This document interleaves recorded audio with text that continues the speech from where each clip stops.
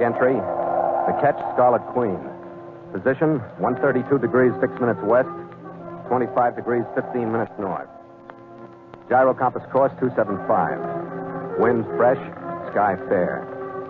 Remarks, departed island of Muninjima at 4:15 p.m. after unlogged movement of vessel. Reason for move, the Spaniard and the Laskar pirates.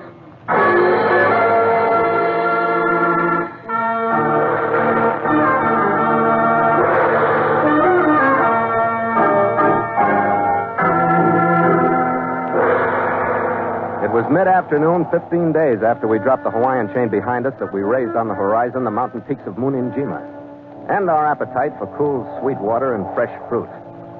The island lies some 500 miles east-northeast from the Bonin Group, and it served as a Japanese base during the war. My pre-war charts, due to Jap secrecy, were incomplete and inaccurate. But just before sunset, when we stood around the southern tip, we did find the anchorage shown on them. It was a small half-moon bay protected by a line of breakers foaming in over a barrier reef. A little north of the center of the reef was our path, wide enough for the Queen to slip through with good steerage way, friendly currents, and a light hand at the wheel. The water over the side took on a shallow look as we approached under power, and Gallagher went to the bow with a hand lead to measure the depth. He heaved the lead and line forward, and his readings came rolling back. 5 mark! 5! 5 fathoms, leaving a few to spare between keel and bottom. Left! 5! But shallowing to less than 5 as we closed on the pass. 5 deep! 4! 4.5 fathoms, and the teeth of the coral started to show through the white froth of surf. And the currents washing back from it took the bow of the Queen from port and pushed. 5 the mark! 4! Easy, skipper, easy! I fought the wheel, and for a moment the scarlet figurehead seemed to rest on the reef. And then her head swung into the narrow channel. The shoulders of the reef swirled by us on each side. No bottom at 15! No bottom at 50! We were in to deep, quiet water.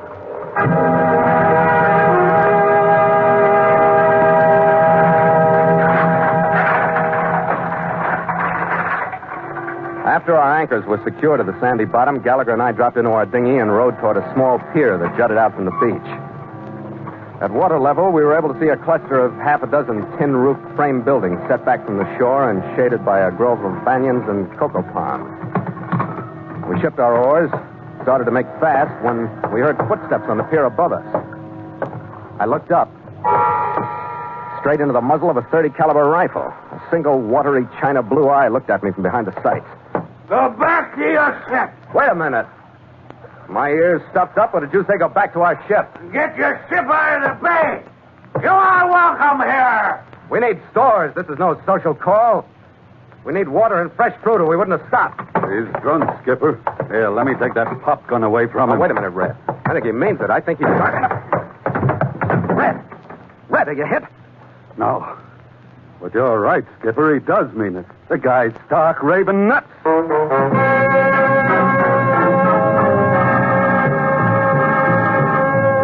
And so Mutual continues The Voyage of the Scarlet Queen, written by Gil Doud and Bob Tallman, and starring Elliott Lewis.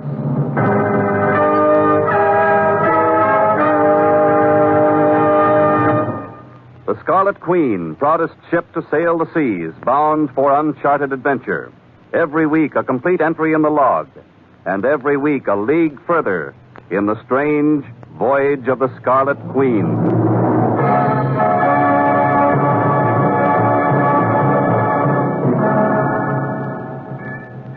I stood there in the dory, looking up at the rifle and the man behind it. He was a dissipated 35, dressed in rumpled white duck trousers, no shirt, and a linen jacket streaked down the front with liquor and food stains. I was trying to figure how drunk he was and whether to make a try for the rifle myself when a movement shoreside caught my eye. And what a movement. She walked across that strip of beach as if she owned it. Emmett! Emmett, what are you doing out here? I don't want them ashore. Give me that rifle. Give it here. Too many of them here already. Give me that gun. I'll shoot them and then the others. You drunken fool! Go on. Go on or I'll use it on you. All right. We haven't got trouble enough. We'll have it now. I'm sorry, gentlemen. My husband has been ill. Please come ashore. You're more than welcome. Well, Skipper, what are we waiting for? That's a foolish question, Red. I'm Nora Fairfield. Welcome to Mooneen Zima. I'm sorry your first greeting was so unpleasant. Yeah. What does your husband hunt with that cannon? Men? He hates them. But you don't, Certainly not. That's why he does. You said he was sick. What's wrong with him? Nothing you have to worry about. But I think I should warn you. You aren't the only visitors on Mooneen Zima. For an island that gets a steamer twice a year, we're doing well. I didn't see any boat in the bay. He wasn't as good a sailor as you are. He lost his ship on the reef a month ago. He should have stayed home. I'm beginning to think so myself. I let Red fight his own way out of that one. Something up ahead of us interested me more at the moment. She'd taken us into the compound, and we were maybe 50 yards from the residence house. It was a typical island bungalow built up on stilts with a deep veranda across the front of it. But it wasn't the house that interested me. It was the group of bare-chested, brown-skinned East Indians squatting on their heels at the foot of the stairs. They looked as though their shore leave had lasted too long. And the curved knives they wore looked even meaner than their faces. Their eyes followed us as we went past them and into the house. Two men were sprawled in wicker chairs, and neither of them was her husband. The dark one, built along the lines of Rocky Graziano, grinned up at us. Con el nombre. The girl saved you from the husband, too, no? Captain Ramirez? Captain, Carney, Phil Carney. And Mr. Gallagher, my first officer. That's good enough. I'm Dr. Mitchell. Thomas Mitchell. And you needn't tell me I looked the part. I've been told before. Captain Ramirez is the man I told you about, Captain Carney. You men talk. I'll go see if my husband has enough bottles to keep him comfortable. That was tough, losing your ship, Ramirez. Mal suerte. Sometimes bad, sometimes good. This time bad. But who knows? Maybe things get better today. Better, he says. With that heathen crew of yours squatting on their heels outside, ready to sink those murderous knives into our backs if we so much as look cross-eyed at them? Don't talk so much, or I'll let you die on this island. So, that's your plan. You think you'll buy your way out of here on the Scarlet Queen and leave me here to rot? As one Irishman to another, Mr. Carney, this pirate has not got the price of a passage. You will have to excuse this doctor. Too much sun. But if you take me, Carney, I have money in the States. See, like the money you stole in Manaquari. He will be in jail before he pays. Listen to the man. That boat onto the reef. Where do you think Captain Ramirez came by such a vessel? He stole it. And if you don't look sharp, That is enough. Now I help you out, doctor.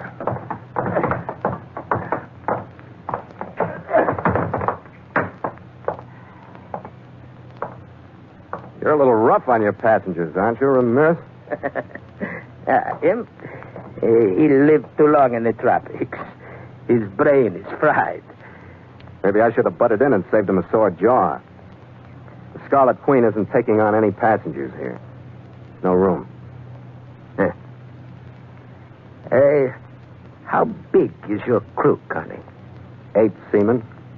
That's funny. That's my crew. 8 men. But our crew's carrying guns, Ramirez, in case you got any idea. I didn't see anything but knives on those Laskars of yours. Don't worry. I've got gun down in my bungalow.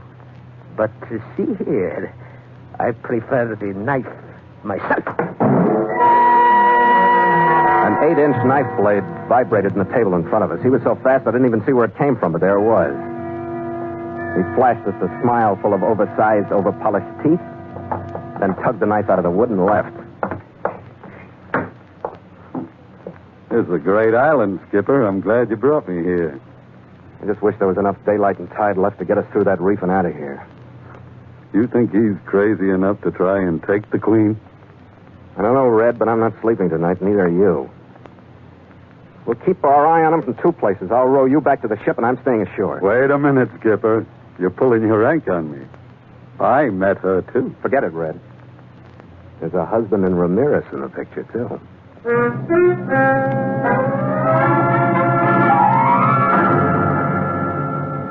By the time I'd taken Gallagher to the Queen, broken out enough rifles to arm the crew, and rowed back to the island, night had fallen. And the first quarter moon was rising above the tops of the palms.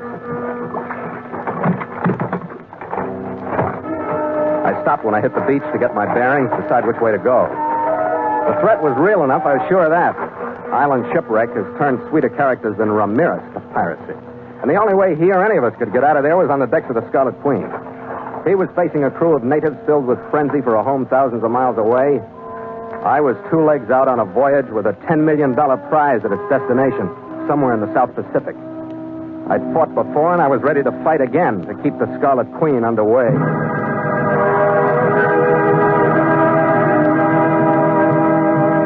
I found a shadow, black in the faint moonlight, made my automatic handy at my waist, and started counting the minutes to the rise of sun and tide and the chance to get away from this place. The first 20 went by slowly and quietly. Then I heard a rustle in the brush behind me. I took a quick step sideways, snapped my automatic from my belt, and whirled to face the sound.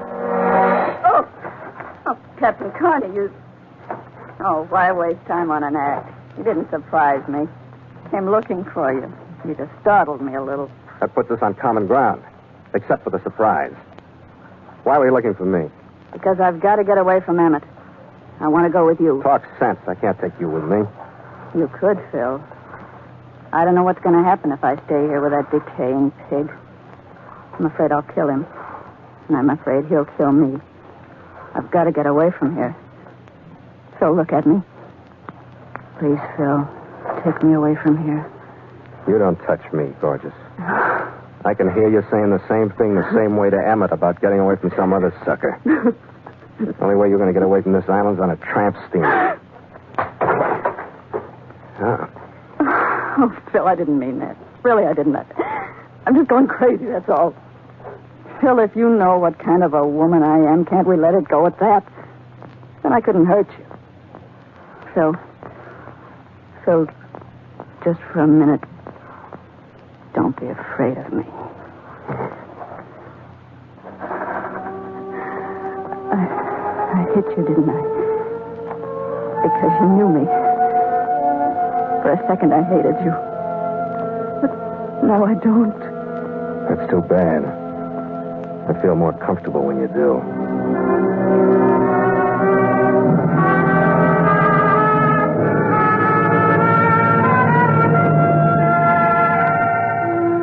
Anybody on any island would have given her A for effort and the same for her injured pride exit as she left my little plot of beach. I had half a hunch and maybe half a hope that she wasn't through pleading her case and she'd be back. I sat there through the next hour trying to keep my mind on the Queen's cabin lights bobbing slightly out in the bay and to be ready for any movement towards her. There was only a split-second awareness of someone behind me, then a brown forearm was across my throat. I got a glimpse of a second figure slipping around in front of me. It was a turbaned Laskar. I kicked out at him. The last thing I remembered was the smell of chloroform and the cloth he jammed across my nose and mouth. And the deep, gasping breath my lungs forced me to take when the forearm relaxed a little. That and the sound of oars being put in oarlocks as somebody jumped into the dinghy and headed for the Scarlet Queen. And then the beach, the island, the whole world pulled away from me, and I was too tired to care.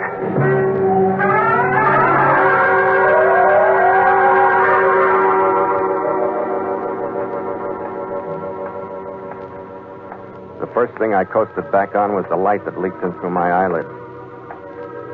Then the nausea. The throbbing in my head. I got my eyes open long enough to realize that the brightness was coming through a window. It was daylight. Broad daylight. That's when I tried to get up and fell back on the cot. Ah, Carney. You're Irish, right from the brink of consciousness. Welcome back to a world of beauty. Yeah. When I can remember of it, I'm sure I like it.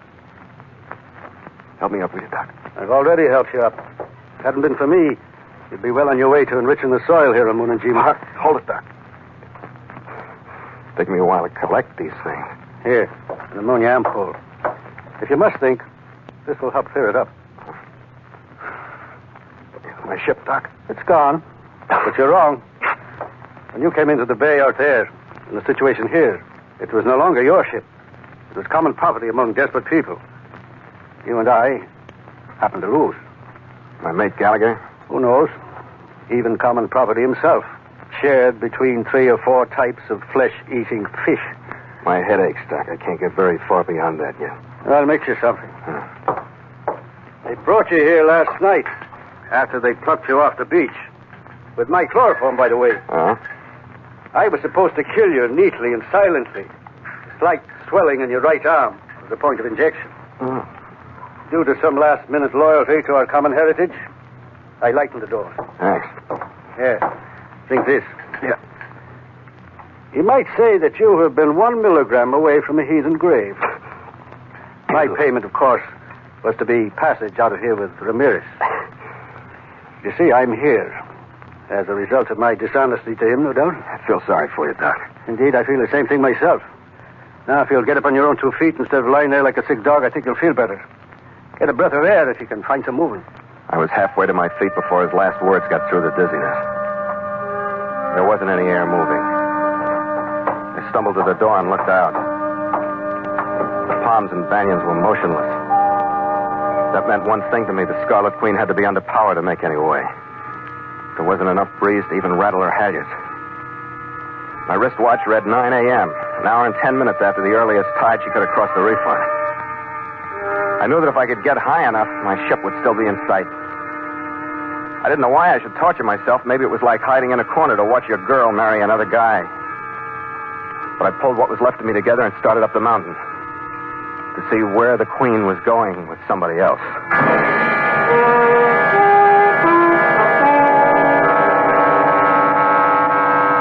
The summit was a jumble of rock. I scraped my way to the very top and stood there. 12 miles of rolling, folded hills and valleys stretched to the north. 3 miles of gentle slope to the south. And beyond, in a great circle, empty sea horizon. Not a sail, not a mast, not a speck in sight. Then I went down the mountain and back to the compound. It wasn't until then that I felt the new atmosphere of the place. Yesterday had been filled with chattering birds. Now there was nothing but the muttering of the surf against the reef, a leaden sky and humid, oppressive air. I went to the residence house to find Nora, hoping she'd know where Ramirez would make for. I found her room and knocked. There wasn't any answer. I knocked again, then I went in. Like I say, Carney, mal suerte. But you look surprised to find me waiting for you. After the build-up, what else? What is the build-up when it all falls down? Where's my ship? I wish I knew. I wish I knew so well I was on it. How did you miss after your boys smothered me on the beach? I make big mistake. I warn you, don't ever trust a woman. Thanks. She took the dinghy right after my boys make the big mistake with you. Yeah, big mistake. They should have smothered her. I think maybe somebody else, too. Who is gone from the island? The girl, yes. Your chief mate, no? And your Scarlet Queen, I saw her go through the reef. What do you think? From here, that's hard to figure. Where's your Laskar crew? Behind me? Don't worry. My boys crawled away someplace this morning. They say sunrise to red. They say wind going to blow today. You should have crawled with them, Ramirez. This is going to be a good one. See, I know this wind. I think we got out of this house quick. This is no good place for typhoon. You got a better place in mind? You make good question, Connie. I say the wind makes us good friends when we were good enemy before. We get out of this house.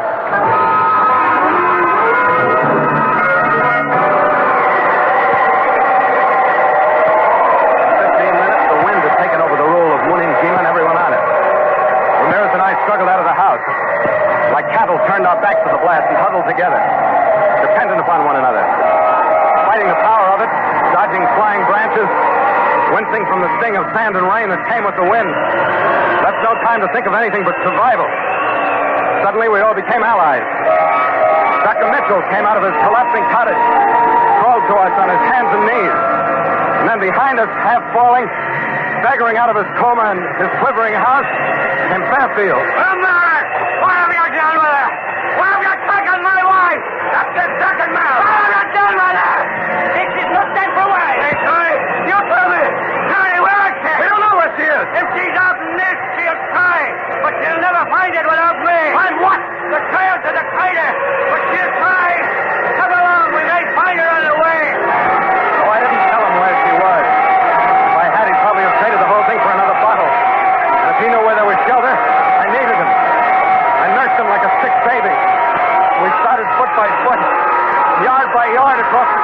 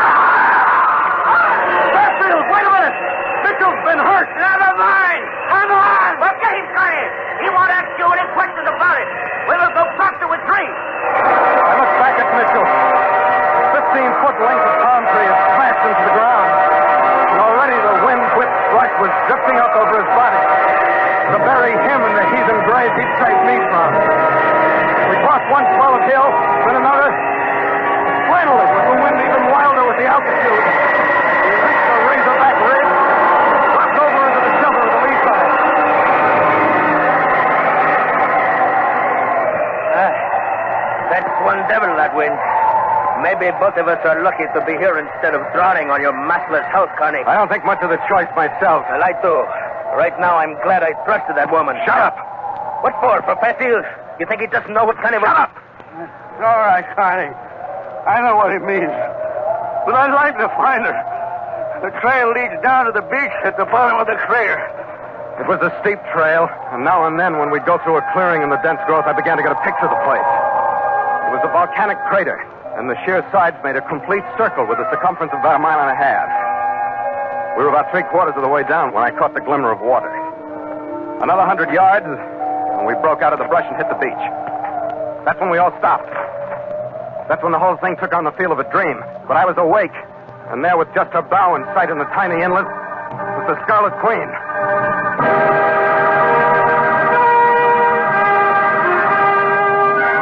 I didn't have time to reach for any answers because suddenly with the ship back on the scene, we were no longer allies.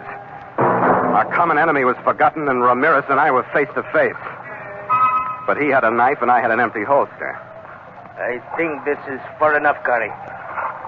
Yeah, for one of us it is, Ramirez. Why don't you think this way? You take the island and the woman, and I don't hurt you. The beautiful tropic night, Carney. You'll be happy, I tell you. You've been in the tropics too long yourself, Ramirez. That's fever talk. No, I tried to make it easy for you. I go on your ship. I tell your mate you die like Mitchell in this storm. What you think? Well, you make it sound good, Ramirez. You make it sound good. Stay out of the field! The only thing I knew about his knife draw was that he used his right hand, and that's what I made for. Come on.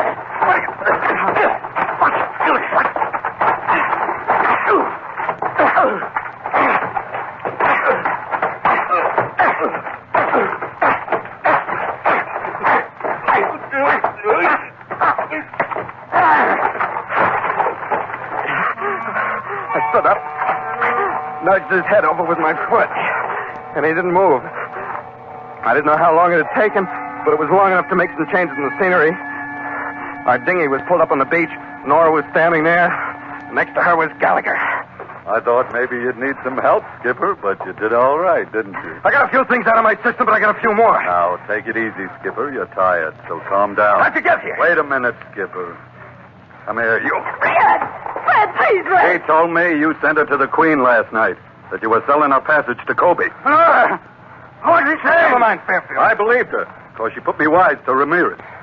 He and his Laskars tried to board the Queen at dawn, but we were ready for him. She said you knew it, too, and were hiding out till it was over. You don't know how right she was. And then this morning, when I got a load of that Typhoon Sunrise, she told me about this place, and we came around, and a good thing, too. Yeah. That's what puts the whole thing off balance. The Queen would never have lived in that bay on the windward side. What's the rest of it, Skipper? I was supposed to be dead, and she was sick of Ramirez. Phil, Red, please let me say something. But you, Gallagher, you're supposed to sail off into the sunset with her. Phil, listen to me. You mean I can go into the sunset with you? Wait a minute. You'll have to choose between her and me, Skipper. Well, when the chips are down, you're really more attractive, Red. Glad to hear that, Skipper. I'm blushing with pride. And now shall we leave the fair fields to their island? What's left of it? Yeah. And to their Ramirez, what's left of him. Yeah, Skipper.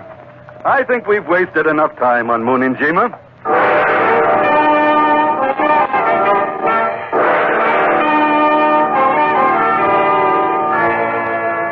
A few hours before sunset, the outside circle of the typhoon had passed, and we headed out of the crater basin. I didn't bother to take soundings, but I did sketch an addition to the faulty charts of the island. Under power, we threaded through a narrow channel that the Japanese Navy had dredged from the almost landlocked basin to the open sea. We rounded a rocky point and swung the Scarlet figurehead on our bow until she looked out on the course she'd been born to follow. Neither of us knew where that course would lead. When we were free of the rocks and I felt the breeze on my right cheek, I cut the motor. Stand by to make sail! The peaks of Moonin still held us in their lee, but the edges of the northeast trade sweeping around them were enough. Make sail! The mainsail reached up the mast and took hold, and the cloying land smell was swept away and replaced by fresh sea air. jibs ran up, then the mizzen, and the Queen settled into her familiar position with her port rail inclining toward the green water. Is she sea kindly, Skipper? She's doing fine, mate. We'll take her a little closer on when we make the north end of the island. That's an island I want to see sink behind the stern. Why you? You didn't have a tough time. Oh, you don't know, Skipper. That woman. She thinks all men are the same kind of man as her kind of woman. If you know what I mean. I think I do, and it reminds me of a friend of mine on Mutamachi Street in Kobe. We'll have to look her up. Oh, no, not me. A glass of rice beer is as far as I go into Kobe. Drink, Skipper? Yeah. Hey, what's this? There's lipstick on this bottle. Sure. What do you think she was? A savage? Lipstick never hurt you, did it? Go on. Have a drink, Skipper. After you, mate. After you.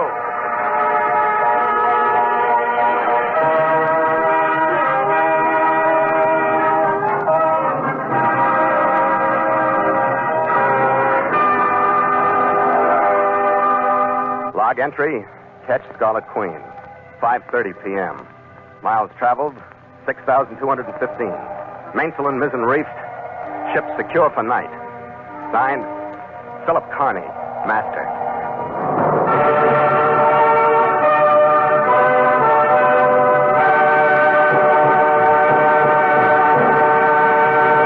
The Voyage of the Scarlet Queen has come to you through the worldwide facilities of the United States Armed Forces Radio and Television Service.